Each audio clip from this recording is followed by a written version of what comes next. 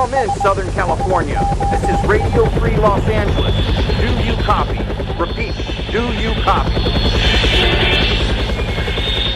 Now transmitting from behind the Iron Curtain in the People's Republic of California, we bring you the voice of free men, free markets, and limited constitutional government. Welcome to citizen-sponsored Radio Free Los Angeles with President of the California Taxpayers Union, Mike Alexander, and editor of the Taxpayer Gazette, Jonathan Wilson.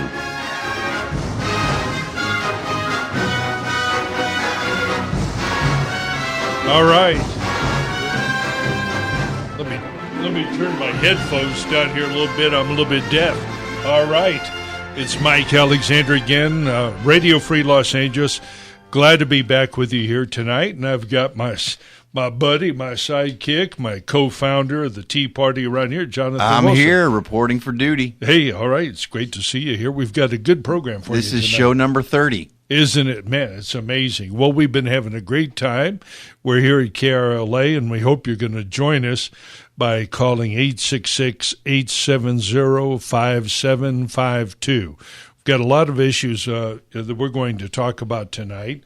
And by the way, if you'd like to receive what we call the tease or the announcement, the heads up about what we're going to do on the show, Jonathan, where should they go to get on our email list? Well, our website is CaliforniaTaxpayersUnion.org, and just click the subscribe button to add your name to our email list. Good, because we love to send out what we're doing here.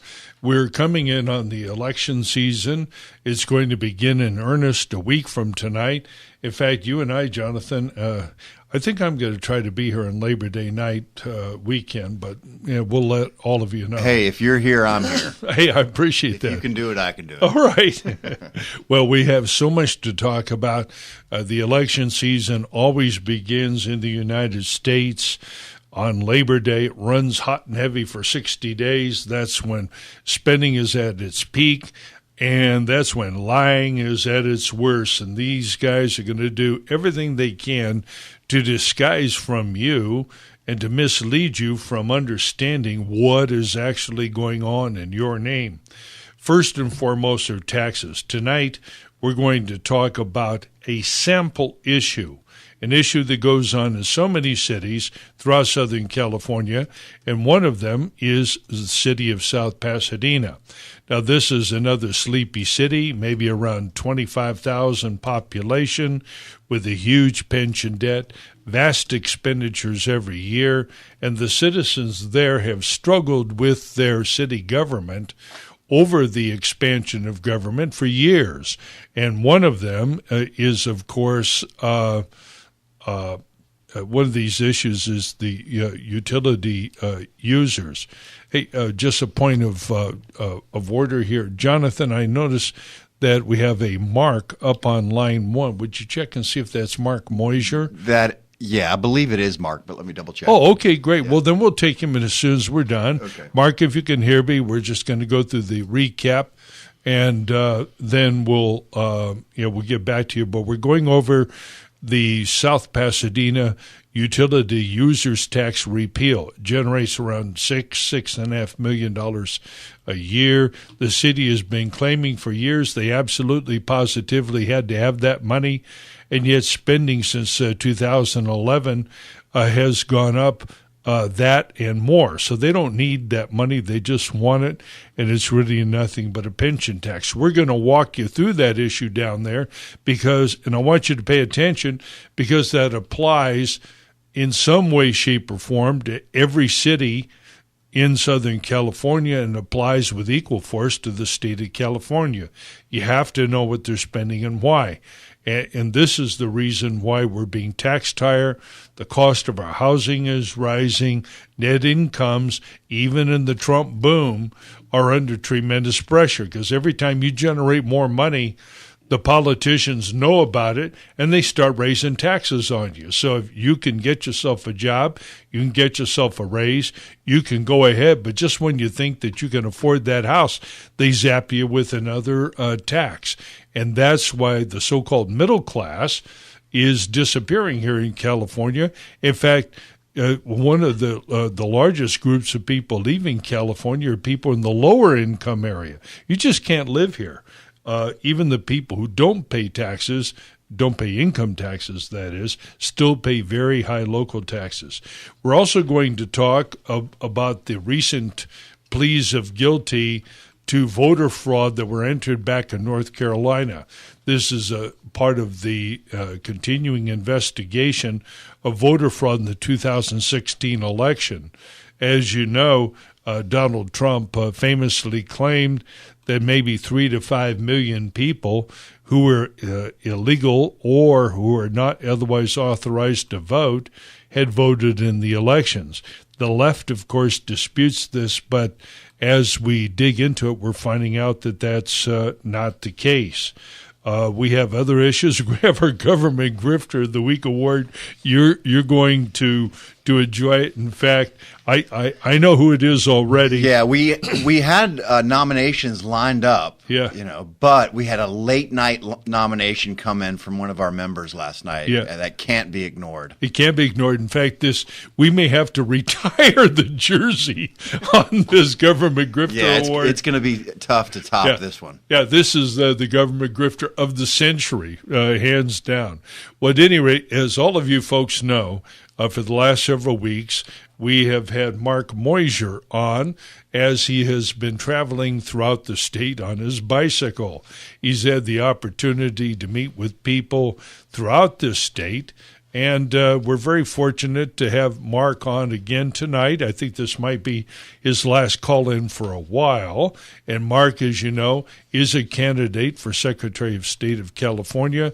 And as the Secretary of State, he will be the Chief Elections Officer in the state as well. Are you there, Mark? I am here. Thank you for having me on. We finished the bike tour on Thursday, and I appreciate you bringing me on one last time to discuss the bike tour and all things elections. Hey, fantastic. Tell us about your last couple of legs. Where were they, and who did you meet with? Well, the last couple of legs were all in Southern California. As we talked last Sunday, I was just a couple miles away from you. We ended up going to San Bernardino, down to Temecula area, had several days in San Diego, and then ended up in Orange County. So that's kind of what the route did. I'll be perfectly honest that while I didn't want the bike tour to be over, my body was very grateful that the bike tour was over. Hey, you had a chase car or a chase RV that was with you for a large part, but you pedaled a lot of those miles. How many miles do you think that you covered on the bike here in the since you started your tour? I'll give you a ballpark that it was about 4,000 miles. Holy mackerel! Yeah, it was quite a few miles on the bike, and my legs told me that it was quite a few miles. I ended up losing about 3 inches around my waist. Yeah, and 17 inches off my body, or 17 pounds off my body. Don't tell my wife. Yeah, she'll have me on some damn bicycle here. But at any rate, hey, how old are you, by the way, Mark? I'll be 44 on Thursday. Yeah, so you're at the point where your body starts to quit on you just a little bit. But, man, that is a hell of an effort. That's pretty impressive. Well, tell me, what do people have to say to you? What's your most remarkable conversation that you've had, the most insightful or informative comment that you've had from voters in the last several weeks? Probably the most interesting conversation I had was somebody who would make Bernie Sanders look like a conservative. And he was also he's been very active in politics his entire life. Right. And, in that conversation, we actually came to an agreement that the Secretary of State's office is about counting the votes and ensuring a fair election. And so, he actually agreed with me that the current Secretary of State is very partisan and is actually very bad for our elections, and that we needed somebody who, like me, who was focused on one thing, and that was a fair and honest election in the state of California. Well, that's an interesting comment coming from a Bernie guy.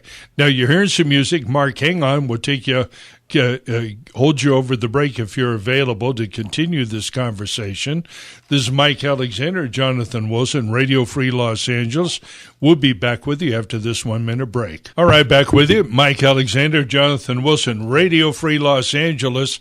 You know, we'd love to hear from you. We'd love to have some support. This is listener-sponsored radio. Or I should say citizen-sponsored radio. Please go to radiofreelosangeles.net. That's all spelled out, radiofreelosangeles.net, and click that donate button. Give us a little love. Keep us going here for another couple of months. Better yet, join the union, the California Taxpayers Union. Right. We got instructions right there for you. No one's doing better work than we are. No. Maybe Mark Moisier. Yeah. Well, we've got Mark Moisier on, still with us, candidate for Secretary of State here in California, the Chief Elections Officer. In our last segment, Mark mentioned that his most remarkable conversation on the road was with a left of Bernie Sanders fellow who, notwithstanding his politics, felt that what the state really needed was a truly fair, nonpartisan, impartial elections officer. That's a remarkable conversation, Mark.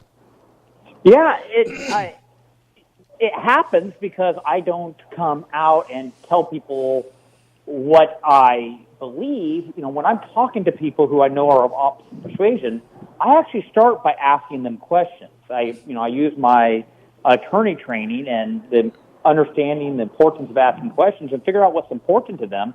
And then through asking them questions, we get it to the point where we find commonality and I can draw them over to my points and agreement with where I'm at. And too often we see people trying to persuade through, my side's right. And, I've had a lot of success on this campaign when I realize I'm dealing with somebody who is opposite politically with me by starting them with questions, right, leading them to where I can get answers that we can agree on. I am able to build coalition and able to build support. Well, I'm with you there. It's a very important lesson for everybody to remember. It sure is. And the fact is that here in the state of California, there are many, many issues that we can come together on, notwithstanding our party, and fair elections is one of them.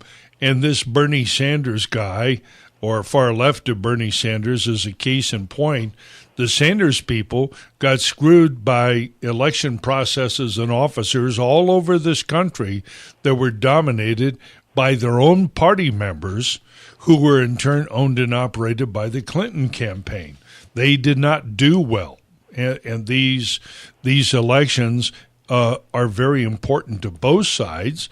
That is, to anybody who seeks to compete legitimately in our society and to engage in politics and political discourse. And right now, our elections process is under fire, not only internally, but externally. Now, as we know, what the Russians have done is about Zoj 0.0. Nobody can articulate it, but we do know what the Clinton machine was doing, and we do know what the big city Democrat illegal alien vote buying system is doing. We know what kind of impact that's having on elections and illegal voting. In fact, we're going to talk about it later on in this segment.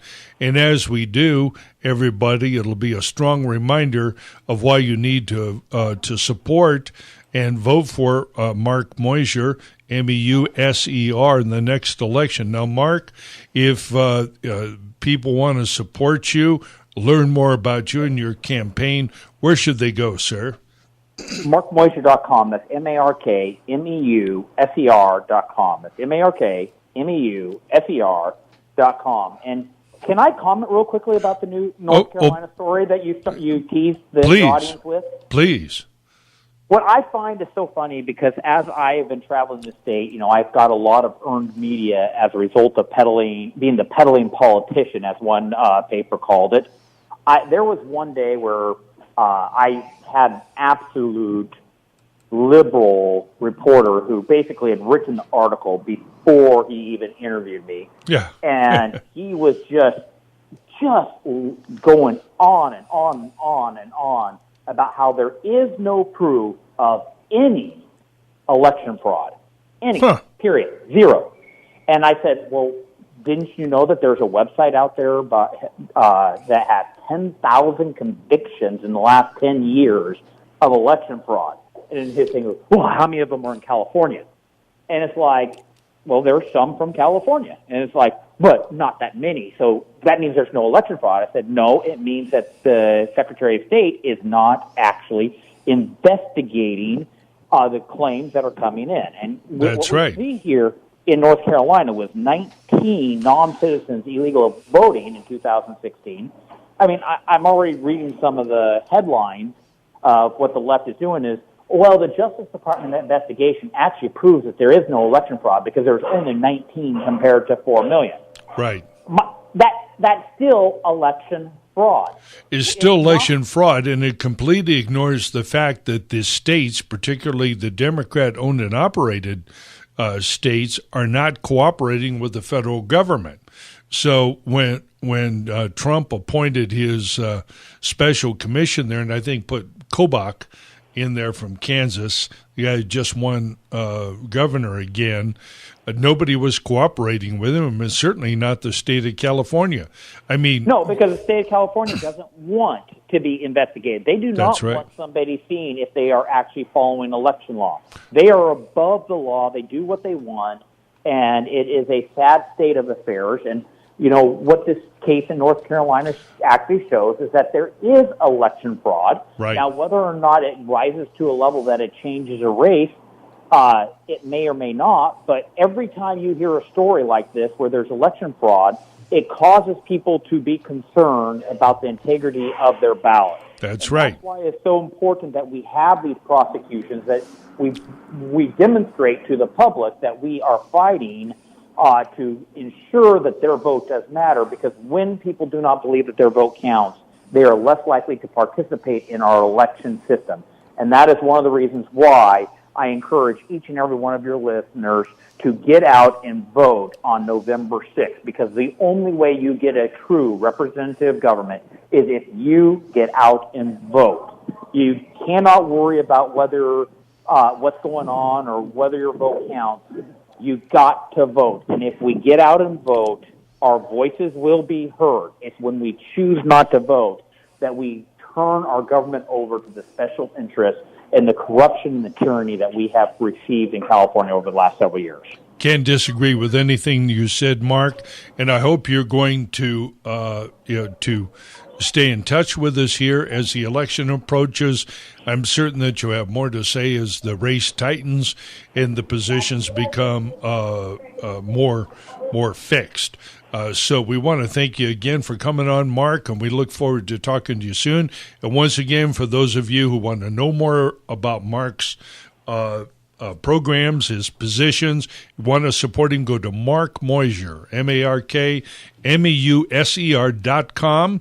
Click in there and give him some love. Thanks again, Mark. Talk to you soon, my friend. Thank you. Bye. All right, great. Hey, that was a wonderful call. You mentioned 4,000 miles on a bicycle. That's amazing. That's It amazing. is, right. I feel pretty optimistic about his campaign. Yeah, yeah. Well, hey, he's taking it to the other side. Now, I have a very interesting call coming up next. Maria Moreno from Colorado, and all I see is it was told to call from a whatever. Are you there, Maria? Hi. How are you? I'm doing good. How are you? All right, fine. Maria, I can't read the whole message here. It says you're from Colorado. Is that right? Yes, sir, I am. And you were asked to call from who? Well, I commented on a photo on Facebook, and I got a message from the person who posted the the picture and said to call tonight and comment on something. So I did. Okay. Well, All right. Hey, Yeah. I'm glad you did. By the way, I didn't mean to sound suspicious. We always just like to know. Hey, this how is great. A call from Colorado. We got people listening in Colorado. Yeah, well, fantastic. So, Maria, what's on your mind, ma'am? Oh, I was just listening to your guys' conversation about the election, and I never really thought anything about elections. I never knew that there was fraud in elections. Well, there certainly that was is. a really interesting fact. It's a big industry, and it is astonishing just how systematic violations of election law are, and what you will see is an attempt to register illegal aliens, felons. People are dead. Mark has mentioned this so many times that he probably didn't want to mention it again, but I will. And here in Los Angeles County, which is a county of 10 million, which is larger by a few thousand than the entire state of Michigan, here in Los Angeles County, we have 40,000 more people. Or is it 40%? We have 140% registration. We are able to tell with demographic information just how many people are qualified to vote. And we have a large number of people who aren't. And Jonathan and I, who's here with me, we have been involved in many door-to-door campaigns, direct get-out-the-vote efforts. And I can't tell you how many times people in our organization have gone to a door asking for someone, only to be told that, well, mom passed away here, dad passed away. Oh, my gosh, we're still getting ballots for her, or those people moved away. We report these things. We send in the ballots, and the voting records never get corrected. I think I read something recently about the Ohio special election a few weeks back, that there were people Democrats voting in that election that were 150 years old. Yeah, there you go. Wow. Just shows you how good for your health it is voting Democrat. So, this would happen. Now, what city in Colorado do you live in, Maria? I live in Grand Junction. Okay, all right. And, Colorado is a very interesting kind of state with some solid individual, liberty people, very libertarian in many ways, and then very liberal in other ways. Oh, yeah. I got all kinds down here. Yeah. So, and by the way, how exactly did you hear about our show? I'm just curious. Was it a friend that told you, or? No, like I said, it was just a post on Facebook. Okay. A comment on this post, and All right. that's exactly what I did. And I Great. actually have never really heard of your show. I usually listen to FM, not AM, and I'm kind of a wild girl, and All as right. soon as I seen that, I did it. A Colorado wild child. All right. Well, hey, we love having you call in. Please continue to listen to us. I'm certain there's something crazy is going to happen out there in Colorado. We'd love to have you call in. Meanwhile, keep tracking us because we're a growing audience, and it's because of people like you. So thank you, Maria. Talk to you again sometime in the future, okay? All right. Thank you. Bye-bye. All right. Bye-bye now. What a delightful young lady. Yeah, the power of Facebook. There it is. I guess Facebook's not shadow banning us yet. I know, we got 1 minute. Yeah, people do see our posts on I know, Facebook. man. Yeah. This is every aspiring radio host wants to get what do you call it? Shadow banned by Zuckerberg. Yeah, Dennis Prager got shadow banned. Yeah, there by you Facebook, go. So. Yeah, I know they had to. Well, we got about 30 seconds to go here, thereabouts, and we're right up on the half hour. Man, it went fast. We'll be back after the half hour, and then we're going to continue our discussion about the initiatives and especially about voter fraud. We've gotten the conversation going. We don't want to keep it going. This is Mike Alexander, Jonathan Wilson, RadioFreeLosAngeles.net. Back with you after the break. Okay. Once again, Mike Alexander, Jonathan Wilson, Radio Free Los Angeles. Another shout out to Basil Hoffman, who does such a great job on our lead-in announcement. We're always happy to hear his voice, and we're always happy to hear your voice. So please join us as we discuss here tonight high taxes, illegal immigration, and voter fraud. We've got an interesting show in line for you, and we're having a hoot over our Government Grifter of the Week segment, which is coming up at 9:15 or thereabouts, so don't miss it. Probably more like 9:20, but be sure to call in. In the meanwhile, as we approach the election in November, there's a lot that all of us have to do to prepare.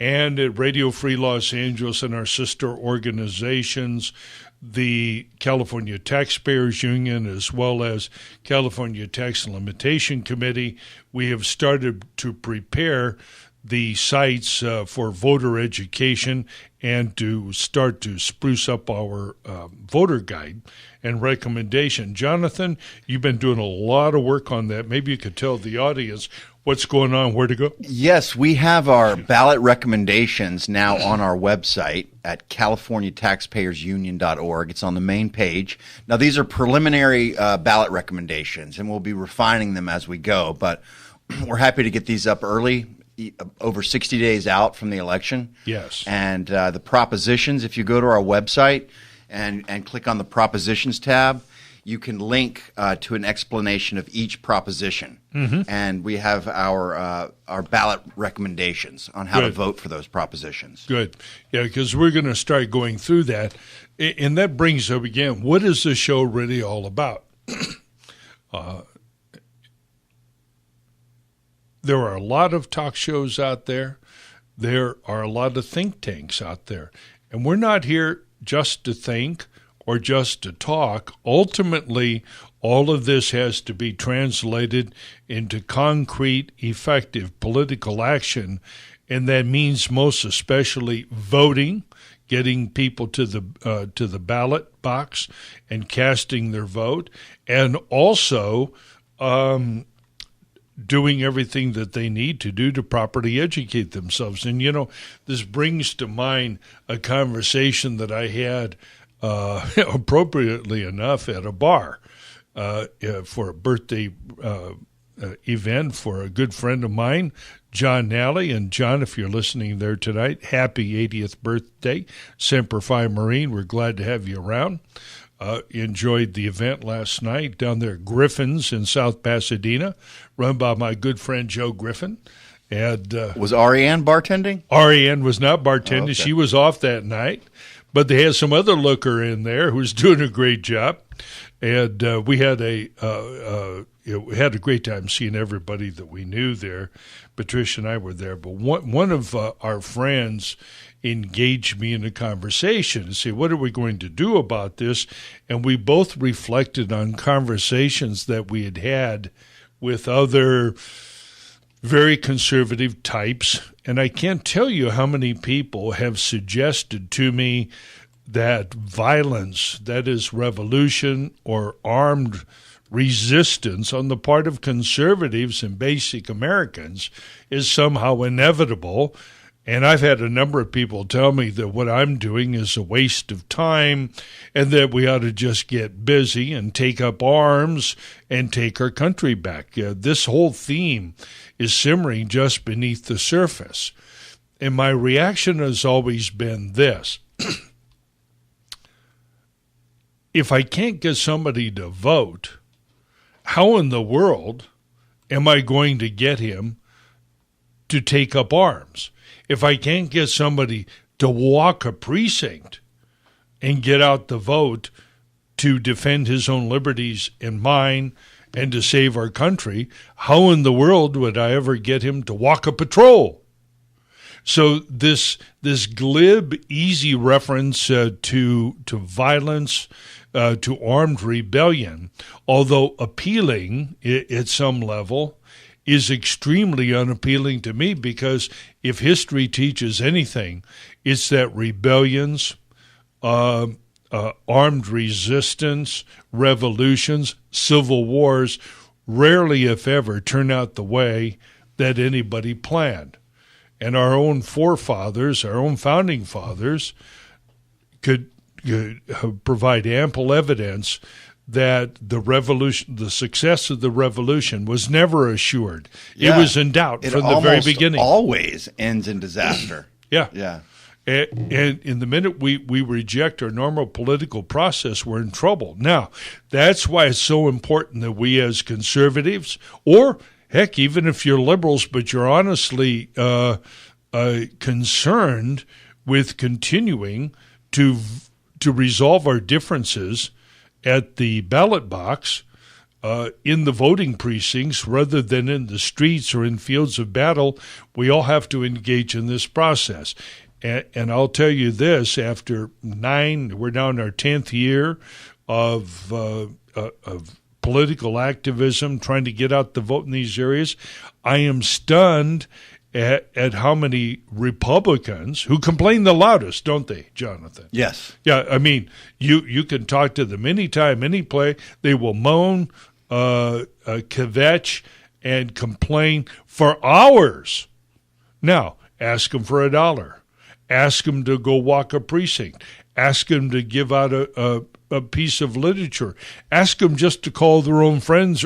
Ask them just to get to the voting place. Just put a yard sign in your yard. Put a yard sign. Oh, it's too much. Yeah. Well, I don't want to tick off my neighbors. Right. Yeah. Yeah. The same people that are destroying your city, destroying your country with overspending and bringing in God knows who else to destroy our society. We can't do that. We have to engage each other in the marketplace of ideas, but most importantly, as Mark Moser was pointing out just a few minutes ago, we must vote. We are still in this country a country where our representatives are chosen. But while I am on that subject, I'll come back to South Pasadena and the utility user tax here a little bit later. But I really want to talk a little bit about voter fraud. And I want to talk about it in this context. We have all heard of gerrymandering. Most of you out there probably know what it is.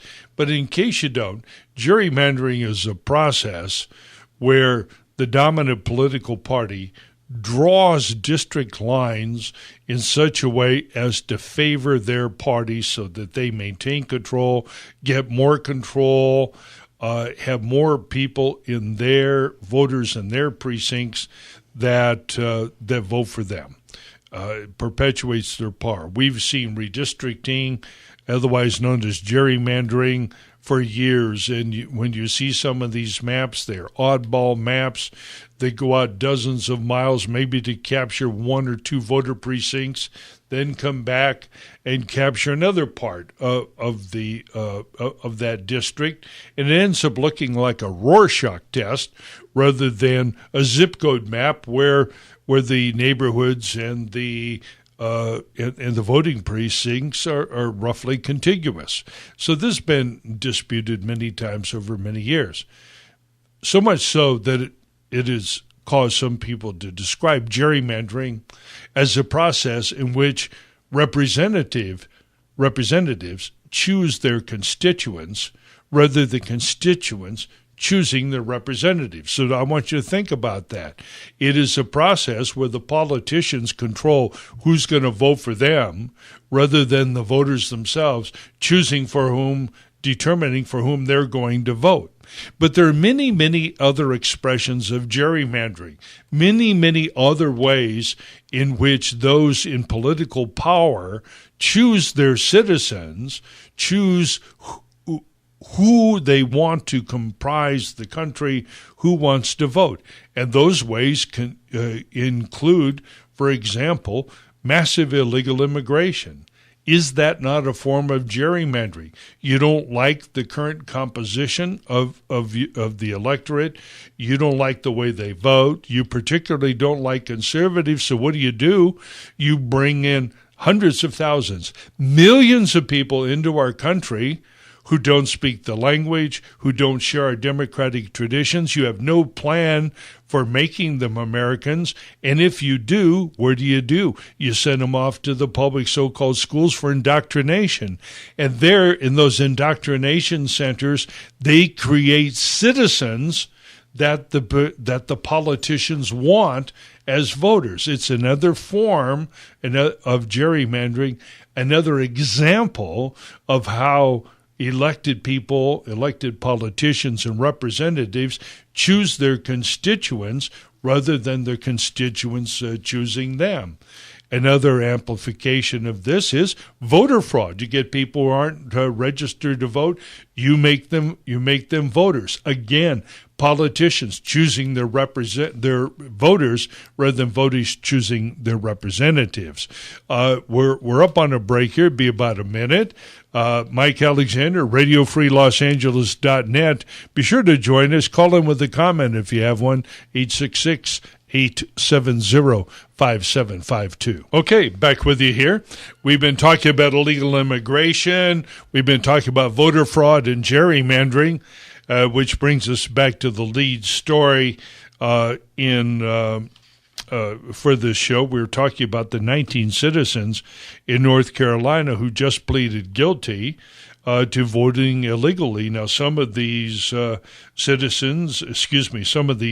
illegal voters have been in this country for years, but they came from many different countries, Japan, Germany, Mexico, and Korea. Some of them have been here since the 1980s, were expelled and came back under a phony name and decided to vote. There were all kinds of them, and many of these illegal voters who are also illegal aliens will not only be kicked out of the country, they'll be convicted of felonies before that happens.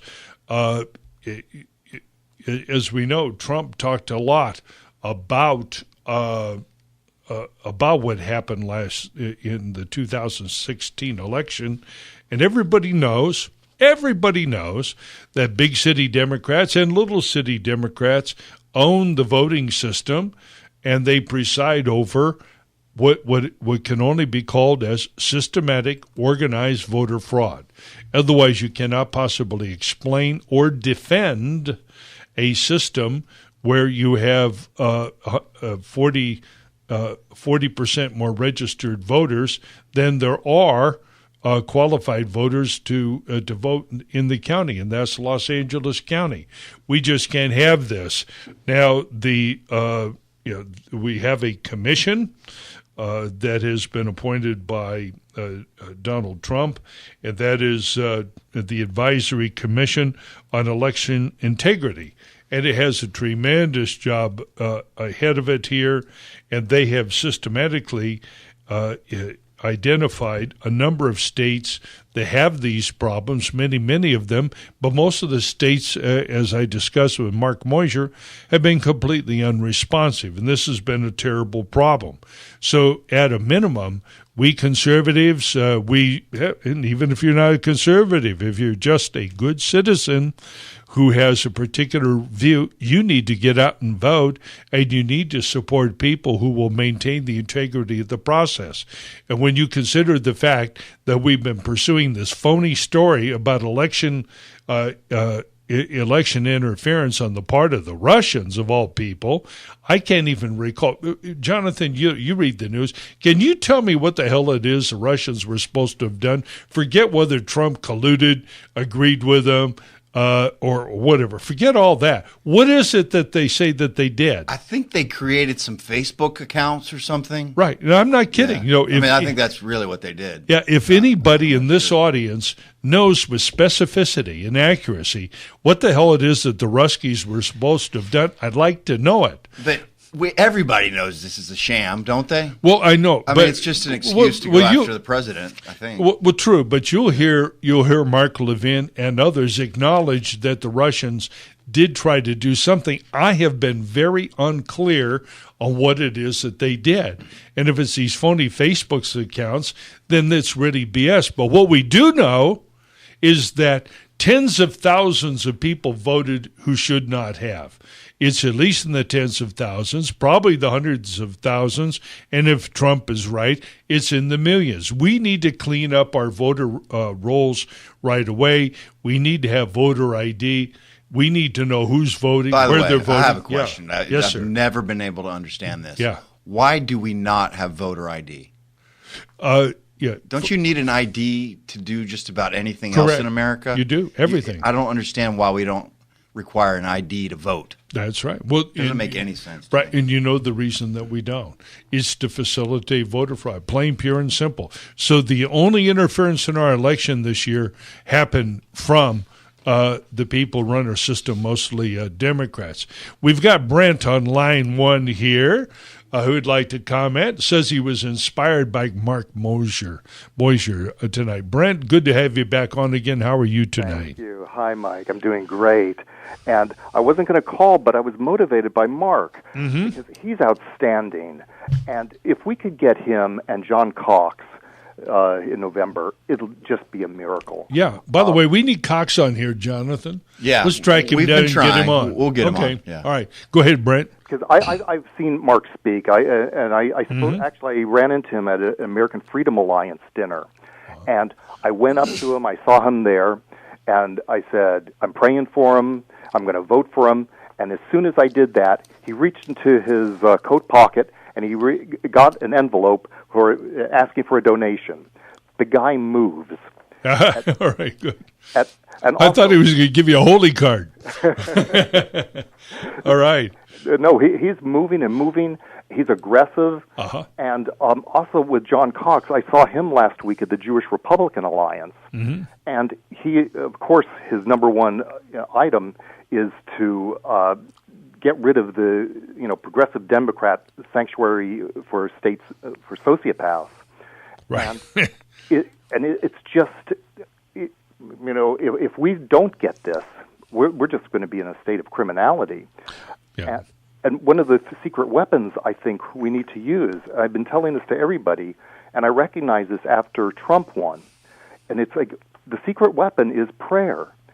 We seem to think that we're doing this alone. And when it came to Trump, everybody who was voting for Trump was praying that he would win. Yes. And how many people were praying for Hillary?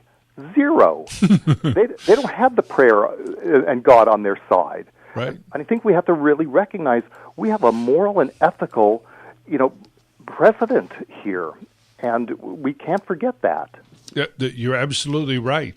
Yeah, there is more than a temporal dimension to what we do, and our entire political tradition is put in context, is put in a biblical context by our founding fathers and kept there for generations.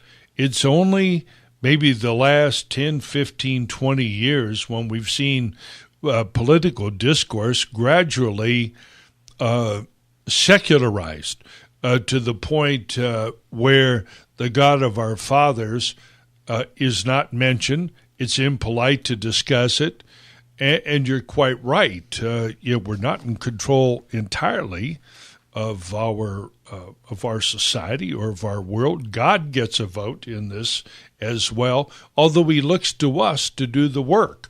Right. And not that you're suggesting this, No. but there are many who might say a prayer or go to mass or something, pray the rosary, but they won't go out and encourage somebody else to vote. Well, that's bad citizenship.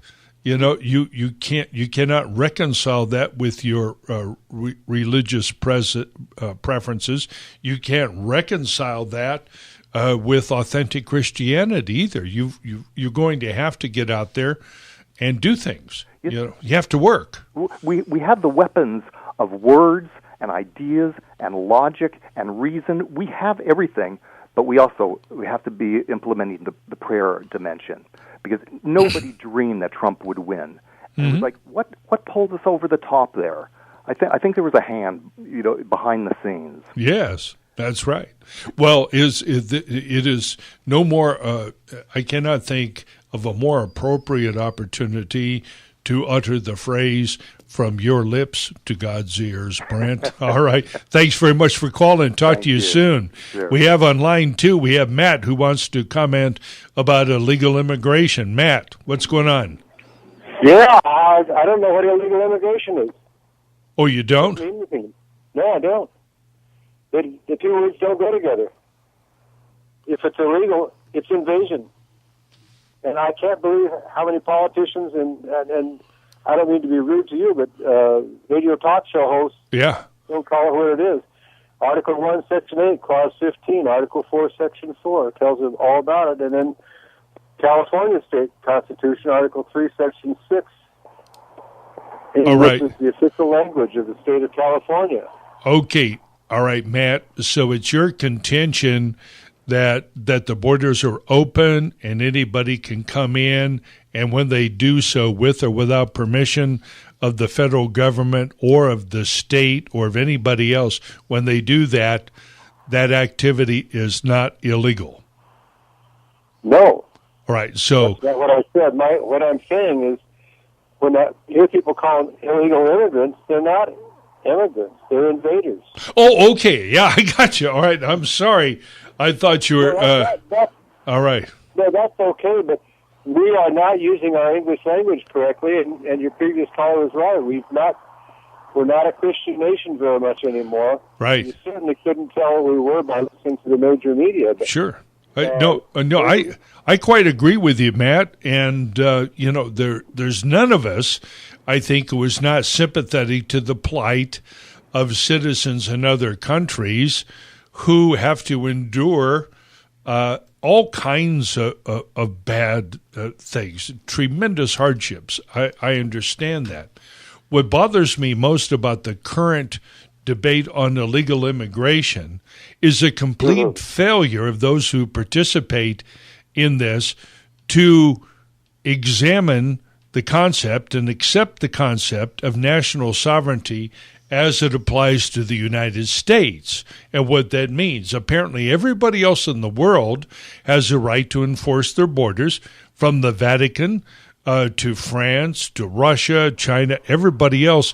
But in the United States, our borders are porous, and we somehow don't have the rights. So if somebody's got a sad story or hard luck situation, that problem becomes yours and mine. I reject that. Don't you, Matt? I do, absolutely. And there's a reason why we had a Border Patrol. Actually, before we had the Border Patrol, to go back to that. Totally with you, Matt. Hey, Matt, you hear that music? That means that I'm up on a break.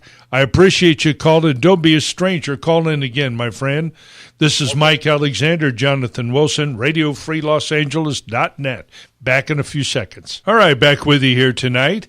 And by the way, I want to acknowledge, as I try always to do, we've got Jeff on the board in there. Jeff, thanks for a great job. And we have Brooke on the phones in there.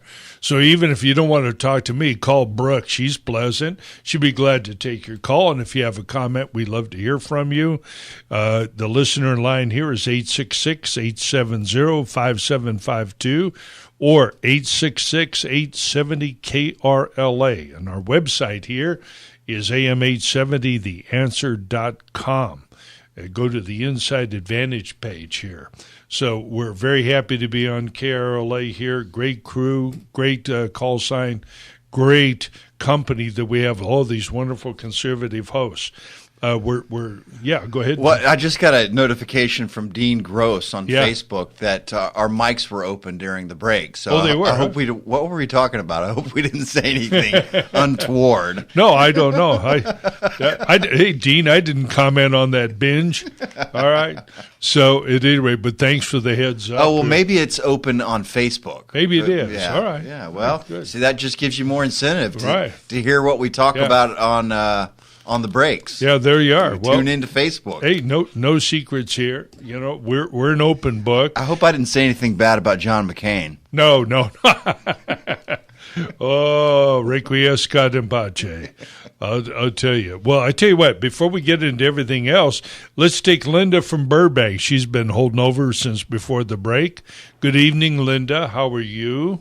Okay, I want to know, can't Secretary of State Alex Padilla get sued by attorneys like from Judicial Watch, for example, or maybe Jay Secular?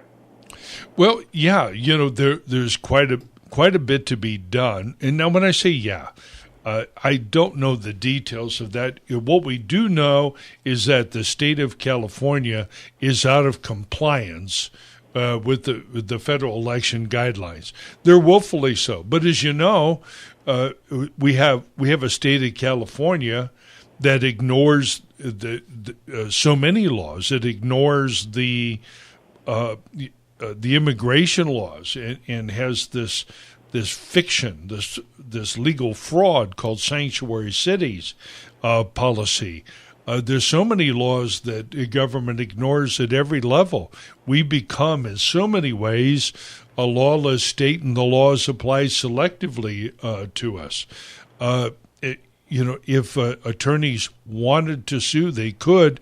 But, we have many wonderful organizations here in the state of California, and I think that our problems begin and end with the vote. So we need to support candidates, but we also need to support organizations like our own California Taxpayers Union as well. We need to support the institutions that take action.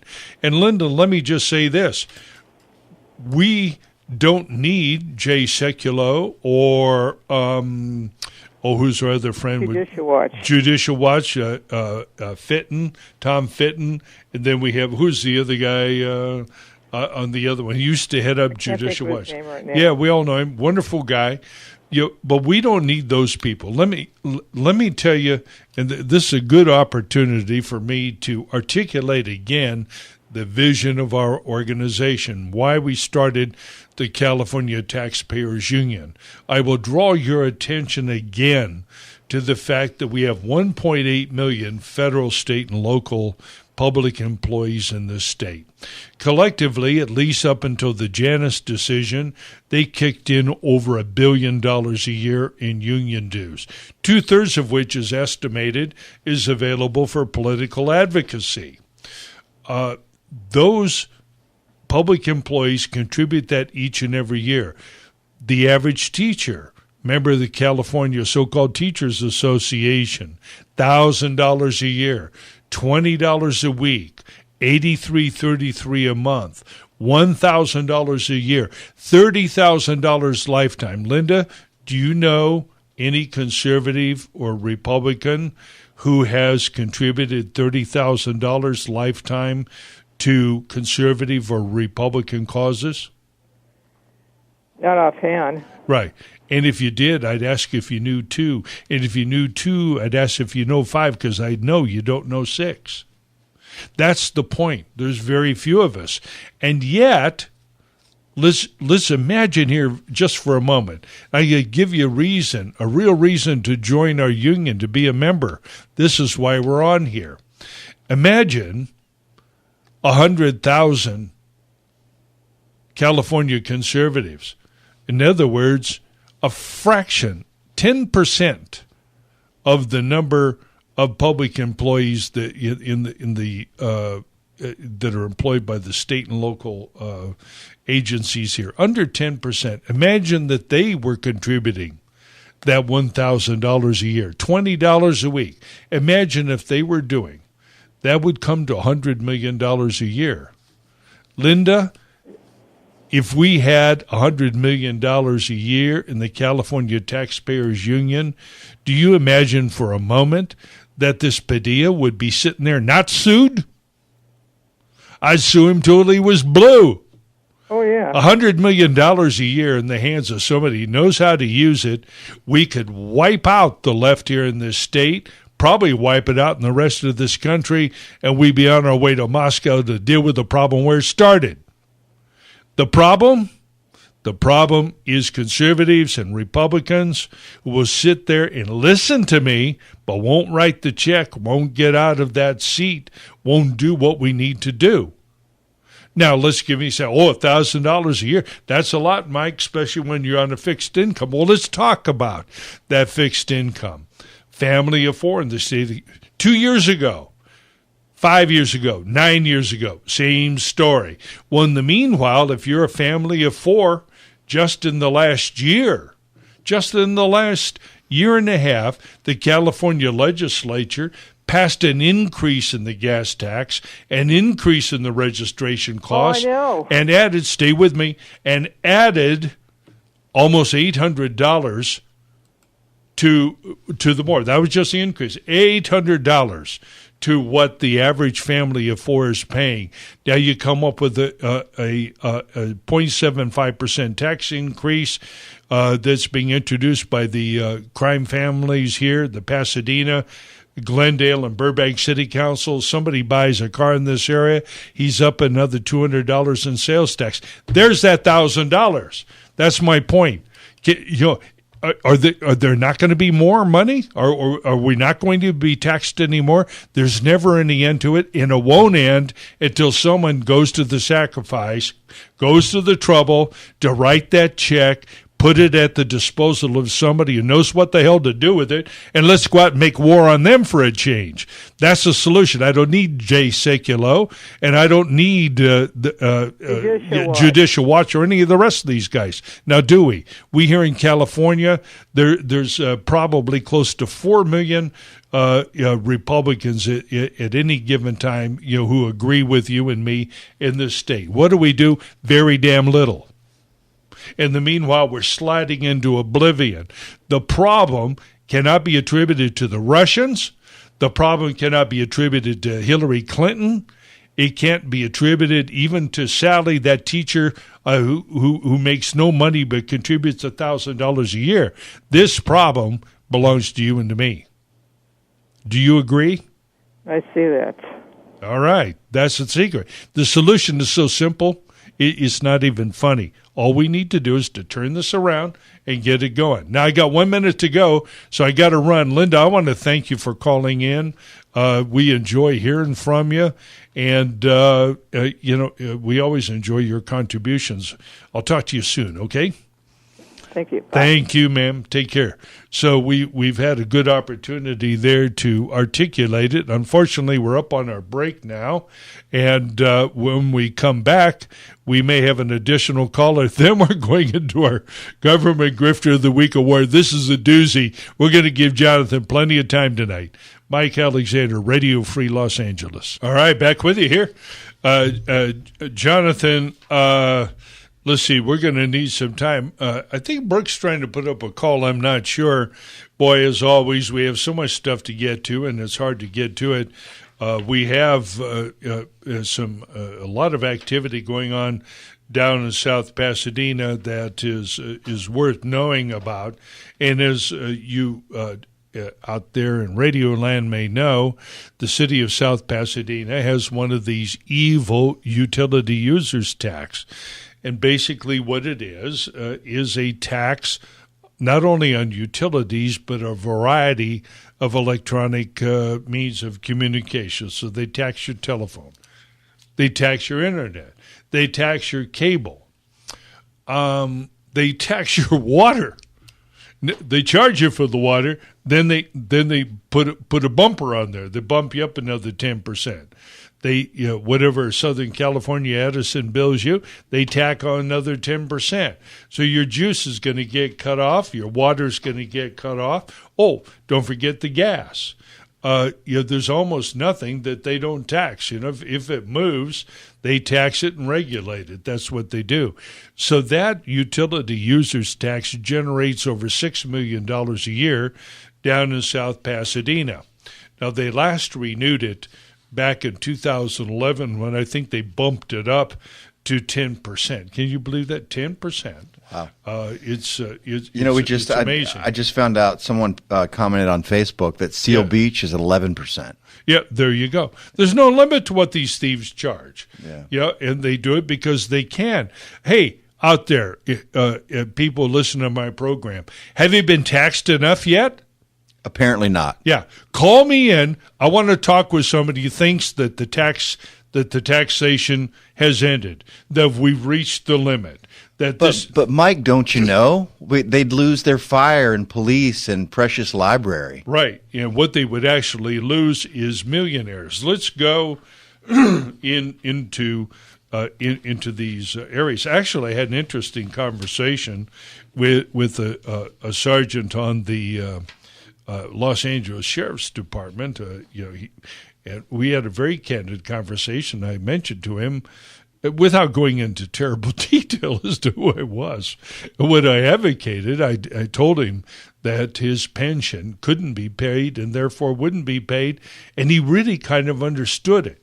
So those of you public employees out there with an IQ, I ask you to support us in our efforts to reform your pension system and to get you control of your money.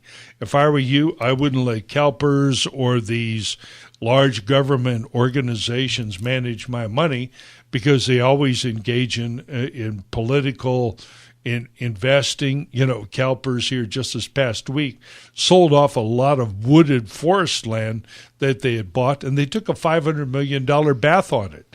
Now, at the same time, these clowns are telling us, oh, don't worry, we're going to maintain that 7.5% annual return on these investments for the next 30 years. Now, even with that, we're going to need some catch-up money here, but we can't help you. Now, if you go down into South Pasadena here, and you get a load of some of their retirees. So a lot of these people are making $100,000 a year. In fact, for the tax year ending, I think 16, the average compensation was about $96,000 a year in salary and benefits.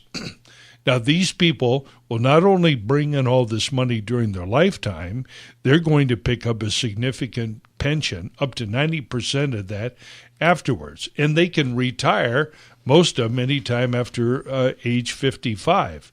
Now, what we have here, for example, is a fire battalion chief who retired in 2012 after 32 and a half years of service. His CalPERS payment in 2014 was $116,000 a year. Now he's doing nothing. I didn't say he didn't earn a retirement, but he didn't earn this kind of retirement. In 2015, he got $117,000. 2016, $118,000. And if this keeps going for another 20 years, he will be paid an additional $2.37 million. That's unadjusted. That's just multiplying what he has. Now, with the 3% calculation, that number is going to go up. So the question is, yes, I know we need fire and police, but why do we need to give them multi-million-dollar wet kisses when they retire? It doesn't happen anywhere else except at the highest levels of business based upon extraordinary business success and performance. These are workaday guys. You got a battalion chief, retired in 2013 after 34 years of service. He's picking up $120,000 a year. Give him another 20 years plus his widow, right? $2.5 million more. And this is for people who are no longer working. Now, the point of it is that the city down there has not set aside enough money to pay that, and their investments are not growing at a fast enough rate to produce that kind of income to cover these. As a result, in the city of South Pasadena, they probably have to set aside at least another $29 million, but that number may rise to as high as, let's see, what is it? It might go as high as $100 million in the city of South Pasadena. And this is the story in city after city after city throughout the state of California. This is why they're going bust. And the citizens of South Pasadena are frustrated, even as revenues have continued to increase and have gone up over $15 million since 2011. They continue to spend more, so they always spend ahead. As soon as they get ahead, they pay themselves a bonus, right? Jack up the salaries on which these retirements are based, and they never pick up that pension deficit, even the deficit that they acknowledge, and the city fathers down there and other boosters claim that that these pensions will have to be paid for for whatever 50 years. But in any event, I digress. Now it's time for that. It's a special time of the week. Music, maestro, please. And now, live from Glendale, California, it's this week's Government Grifter Awards. And Mike, we had some nominees from the city of Bell, but they're going to have to wait. We had one of our members text me last night with a nomination. This is a blowout nomination. There's going to be actually 6 nominees, and they're all in the same department in San Francisco. Yeah. So we're going to nominate the whole department, and then we're going to pick a winner from the department. Okay. Right. So it's the San Francisco Poop Patrol. Okay. San Francisco is hiring. So if you're interested, you might not know, but San Francisco has a problem with human feces because the city made it legal to urinate and defecate in the streets of San Francisco. It's actually legal. It is legal, yeah. No kidding. So now what they're doing is they're spending $1 million a year to clean up the poop. So I guess this mayor, London Breed, goes and takes. Is that his name? I think it's a she. Oh, okay. London Breed, and she takes walks in San Francisco without anybody knowing, and with her staff through the brown zones. They call them the brown zones. I don't know if that's a reference to Jerry Brown or the problem with poop, but anyway. So these poop patrollers, there's 5 of them and a supervisor. There's a supervisor. There's a supervisor. Okay. And each of them is getting paid $185,000 a year to hunt down and chase human waste. Did you say $185,000 each? $185,000 each. Amazing. Yes. So I mean, this is stunning. And they have their own vehicle with steamers and disinfectants. They're actually paying $2 million for the steamers, the steam cleaners. Yeah. So they're going to be on the prowl in San Francisco, so watch out. Stunning. And apparently, I guess resumes are piling up. Oh, man. You can imagine what the in-service training is all about.